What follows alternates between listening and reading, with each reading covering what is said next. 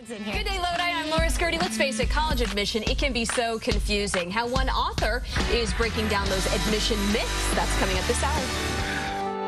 It's time for Good Day.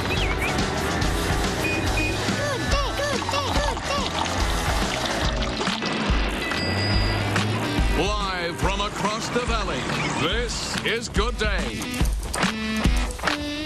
Hey, don't let college admission myths hinder your application process. We're going to tell you how you can increase your chances for acceptance. Okay, it's that time of year. Increase your chances for college admission. The author of 50 College Admission Myths and Mistakes joining us in studio with more this morning. This is Heather. Good morning. Good morning. How are you guys doing? Good. Doing great. Well, we have highlighted some of the myths, and we're going to see if we can get through quite a few, because I would love to hear what you have to say, and I bet students and parents would too. So myth number one is colleges want you to be well-rounded.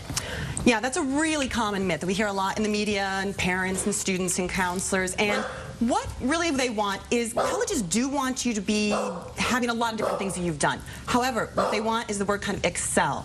Yeah, it's great if you can become the captain or the leader or something like that, but they want to see continuity. You've been in Model UN for 2 years. You've done volleyball for 4 years. They want to see that you've stuck with something through a while, and they know that you're not going to be kind of like shooting out of there freshman year. Very good. Good point. Myth number two, I should be humble in my college essay. This is really a really big problem. I work with a lot of kids when they do their college essays. I help them, structure their college essays and make sure that they do the best things. So what they do is, a lot of my students is, they'll write like these phenomenal essays, and at the end they'll say, I know you have a lot of great applicants like me. No, don't do that. This is your chance to sell yourself. When you are writing your college essay, I call it the interview on paper. This is your one chance to show how great you are to colleges. Nobody else is going to do it. It's got to be you. You've got to stand up for yourself and say how great you are. What about myth number three, about how many colleges you should apply to?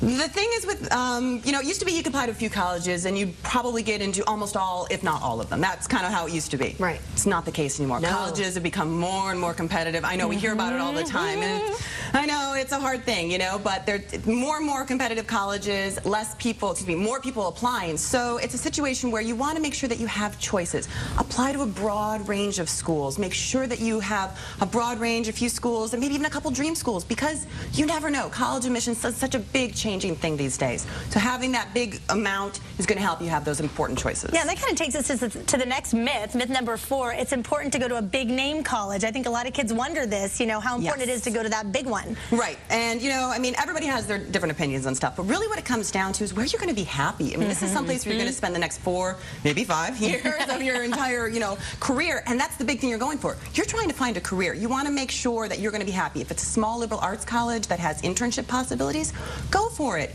If you want to have some sort of big social interaction with a big, kind of sports school, that's fine as well too. But just knowing the majors you're interested in, even if you're not sure what your major is quite yet, thinking about what you're interested in, making sure that colleges have that, and all those possibilities, that's the key to think about.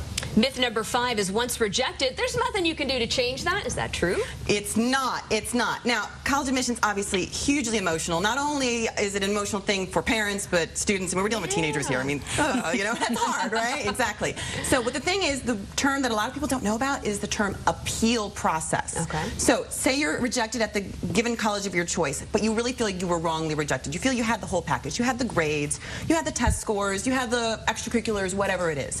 What you can do is you can appeal. So you can resubmit everything to the college. The thing you don't want to do, though, is just do everything you'd already done before. For some reason, they didn't quite like it. Got to do something different. Exactly. That's really important for people. All right, myth number 6, this will be our last one. SAT and ACT scores are not important for college admission. Right, and a lot of people, they hear that, the SAT is going to be changing next year, 2016. There's going to be a new SAT.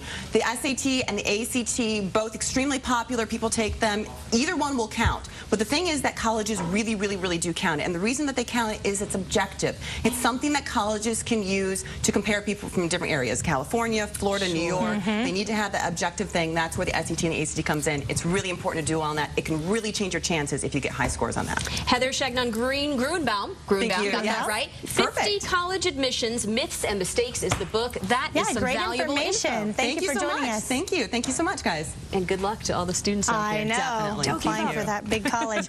All right. Thanks so much, Heather.